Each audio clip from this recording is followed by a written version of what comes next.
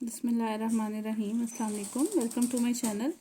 मैं हूं ईमान फातिमा और आज जैसा कि आप देख सकते हैं मैं आपके सामने लेकर आई हूं कुछ बैंक्स की डिपॉजिट स्लिप्स और मैं आपको बताऊंगी कि किस तरह से आप इन डिपॉजिट स्लिप्स को फिल कर सकते हैं बहुत अच्छे से बगैर किसी की हेल्प के। ठीक है, तो हम स्टार्ट करते हैं। जैसा कि आप सबसे पहले कॉर्नर पे देख रहे हैं, ठीक है, हमारे पास अकाउंट टाइटल आ रहा है।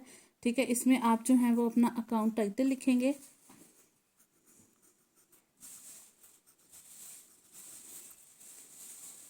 ठीक है, अकाउंट टाइटल लिखने के बाद नेक्स्ट आपके पास जो पोर्शन आएगा वो डेट का पोर्शन आएगा। आप यहाँ पर अपनी डेट लिखेंगे। ठीक है, और डेट होगी हमारे पास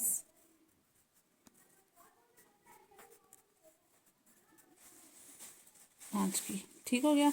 ब्रांच कोड है, कोई भी ब्रांच कोड जो भी आपकी बैंक का ब्रांच कोड है। अगर डेफिनेटली जब आपको पूरा अकाउंट नंबर पता होगा तो पहले 4 डिजिट्स जो होते हैं वो अकाउंट नंबर के से पहले ब्रांच कोड के होते हैं। तो आप वहाँ पर जो है वो अपना लेट सपोज कोई भी ब्रांच कोड है वो लिख देंगे। ठीक है, और उसके बाद जो है आप जो है वो नंबर यहाँ पर अपना लिखेंगे। ठीक है, तो अकाउंट नंबर जैसा कि आप देख सकते हैं मैंने मेंशन कर दिया है यहाँ पे। ठीक है, और उसके बाद अब हम लोगों ने नेक्स्ट आना है कि आइदर अगर आप उसी ब्रांच में जिस ब्रांच में आपका अकाउंट है उसी में अगर आप वो स्लिप जमा करा रहे हैं, अमाउंट जमा करा रहे हैं, तो आप वहाँ पर लोकल पे टिक करेंगे।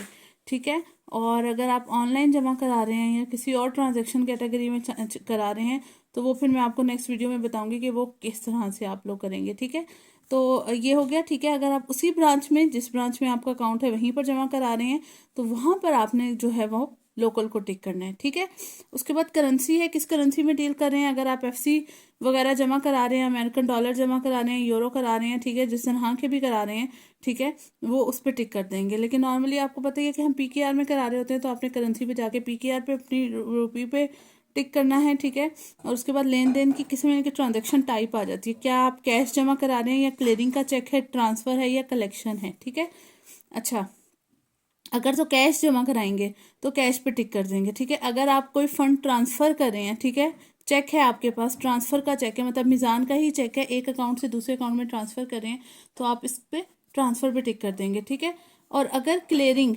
आपकी मिजान का बैंक है, अकाउंट है, लेकिन किसी और बैंक का चेक है, तो आपको मैं प्रीवियस वीडियोस में ये कॉन्सेप्ट दे चुकी हूँ कि हम क्या करते हैं, क्लियरिंग में जो है वो चेक प्रेजेंट करते हैं। ठीक है, तो वहाँ पर अगर किसी और बैंक का चेक है तो क्लियरिंग पे टिक करेंगे और अदरवाइज जो है वो कलेक्शंस वगैरह जो होती हैं डिफरेंट किस्म की। ठीक है, तो अभी हमारे पास क्या है जी, कैश है। ठीक है, फी कलेक्शंस पे अगर कोई फी कलेक्शन है उसका वाउचर लगा के आपने स्लिप जमा करनी है तो कलेक्शन पे चेक करेंगे। अभी हम कैश पे चल रहे हैं तो हम लोग कैश कर लेंगे। ठीक है, ओके, अब आप देखिए कि नीचे हमारे पास डिटेल आ रही है, cheque number, drawn on bank, denomination, रकम। ठीक है, अब आप ये देखिए कि चेक हमारे पास नहीं है, हमारे पास कैश है, हम इस ब्लॉक को नहीं देखेंगे। Drawn on bank and branch हम लोग सेम बैंक में ही जमा करा रहे हैं, मुकामी है, इसको भी नहीं।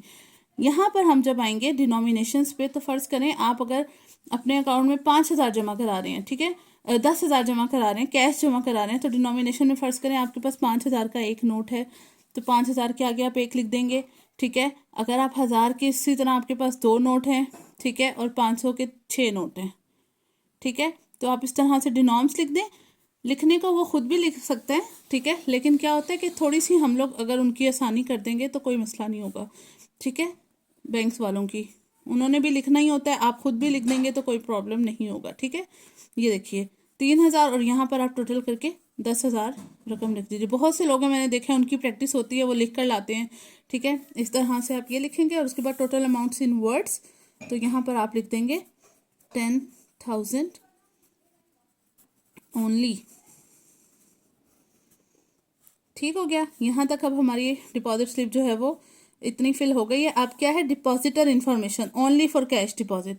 अब अगर आप आए हैं और कैश जमा करा रहे हैं, ठीक है, तो जो बंदा भी चेक जमा करा रहा है, अगर आप खुद हैं तो आपने अपनी डिटेल्स लिखनी है, वरना अगर कोई तीसरा बंदा करा रहा है तो वो करना है। ठीक है, जैसा कि आप देख सकते हैं यहाँ पर डिपॉजिटर इन्फॉर्मेशन, ये बड़े गौर से समझिएगा इस चीज़ को। अगर तो आप खुद हैं, ठीक है, तो आप सेल्फ पे टिक कर देंगे, सेल्फ पे टिक कर देंगे, सारी डिटेल्स आपकी अपनी है, आगे जाने की ज़रूरत नहीं है। लेकिन अगर आप अकाउंट नंबर, ठीक है, और आपका मतलब थर्ड पर्सन है लेकिन मिसान बैंक में अकाउंट है, ठीक है, तो आप इस पर टिक करेंगे, साथ अपना मोबाइल मिज़ान बैंक का अकाउंट नंबर लिख देंगे और यहाँ पर टाइटल ऑफ अकाउंट लिख देंगे। अगर आप एक दूसरे बंदे के अकाउंट में जमा करा रहे हैं लेकिन आपका मिज़ान बैंक में अकाउंट है तो मिज़ान बैंक अकाउंट नंबर पे टिक करेंगे आप, ठीक है, और यहाँ पर आप अपना अकाउंट नंबर लिखेंगे, यहाँ पर अपना टाइटल ऑफ अकाउंट लिखेंगे, ठीक है। अब फर्ज करें थर्ड पार्टी हैं आप, ठीक है, थर्ड पार्टी से मुराद ये वॉक इन कस्टमर से मुराद ये कि आपका मिज़ान बैंक में कोई जो है अकाउंट नहीं है, तो क्या होगा, आप वॉक इन कस्टमर्स नेम पे आएंगे, यहाँ पे आके अपना जो है वो नाम लिखेंगे, ठीक है, और उसके बाद जो है अपना CNIC नंबर लिखेंगे, अपना फ़ोन नंबर लिखेंगे, ठीक है। यहाँ पर आप जो हैं अपना डिपॉजिटेड बाय जमा कुनंदा यानी कि आप अपना नाम लिखेंगे, ठीक है। अब थर्ड पर्सन है तो आपने अपनी डिटेल यहाँ पे लिखनी है, सेल्फ हैं तो बस यहाँ पर आपने टिक कर देना है। और अगर आप मोबाइल आप यानी कि हैं सेकंड पर्सन, किसी और के अकाउंट में जमा करा रहे हैं लेकिन आप कोई और हैं, तो आप क्या करेंगे, मोबाइल MBL अकाउंट नंबर पे टिक करेंगे कि मेरा अकाउंट है, तो वो आपके रिकॉर्ड सारा आ जाता है, ठीक है। यहाँ पे आप जो है वो अपना नाम लिख देंगे, ठीक है, और यहाँ पर जो भी आपका यहाँ पर आप अपना अकाउंट नंबर लिखेंगे और यहाँ पर आपका जो भी अकाउंट टाइटल है आप वो लिख देंगे, ठीक है। फ़र्ज़ करें मिज़ान का ही आपका कोई अकाउंट है, ठीक है, वो आप यहाँ पर लिख देंगे, ठीक हो गया। और यहाँ पर आप क्या लिखेंगे, टाइटल ऑफ अकाउंट लिख देंगे, ठीक हो गया। उसके बाद ये वॉक इन कस्टमर है तो आपने यहाँ से शुरू करना है, वॉक इन कस्टमर पर टिक करेंगे, अपना नाम लिखेंगे, यहाँ पर आप अपना जो भी CNIC नंबर है वो लिख देंगे और यहाँ पर आप अपना जो भी आपका फ़ोन नंबर है वो लिख देंगे, ठीक हो गया। और इस तरह से, और यहाँ पर आप अपने सिग्नेचर कर देंगे जो भी आपका अकाउंट होगा उसके हिसाब से। अच्छा, अगर आप खुद हैं तो भी अपने अकाउंट वाले सिग्नेचर करेंगे, अगर आपका मिज़ान बैंक में अकाउंट है तो भी आप अपने अकाउंट वाले सिग्नेचर करेंगे, लेकिन अगर आप थर्ड पर्सन हैं तो आप अपने शनाख्ती कार्ड वाले जो साइन होंगे वो ही डिपॉजिटेड बाय में करेंगे। और इस तरह से आपकी जो पूरी की पूरी स्लिप है वो रेडी है। और अब आप काउंटर पर जाइए और अपनी जो भी आपकी मुकर्ररा रकम है उसको जमा कराइए और अपनी रसीद जो है उनके, जैसा कि आप देख सकते हैं कि नीचे जो है वो बैंक कॉपी कस्टमर कॉपी भी होती है, ठीक है, ये आपने ज़रूर लेनी है और इसके पास इसका रिकॉर्ड अपने पास आपने हमेशा से रखना है ताकि आपको जो है वो क्लियर हो, ठीक है।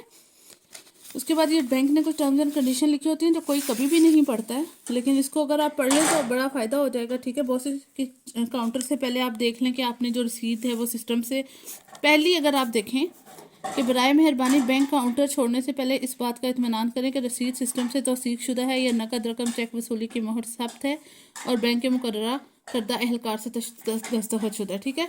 कस्टमर के जो मतलब वहाँ का एम्प्लॉई है, बैंकर है, उसकी सिग्नेचर यहाँ पर होनी चाहिए, उसकी स्टैंप यहाँ पर होनी चाहिए, ठीक है। उसके बगैर आपने कोई भी स्लिप नहीं लेनी है, ठीक है, उसका कोई रिकॉर्ड नहीं होता।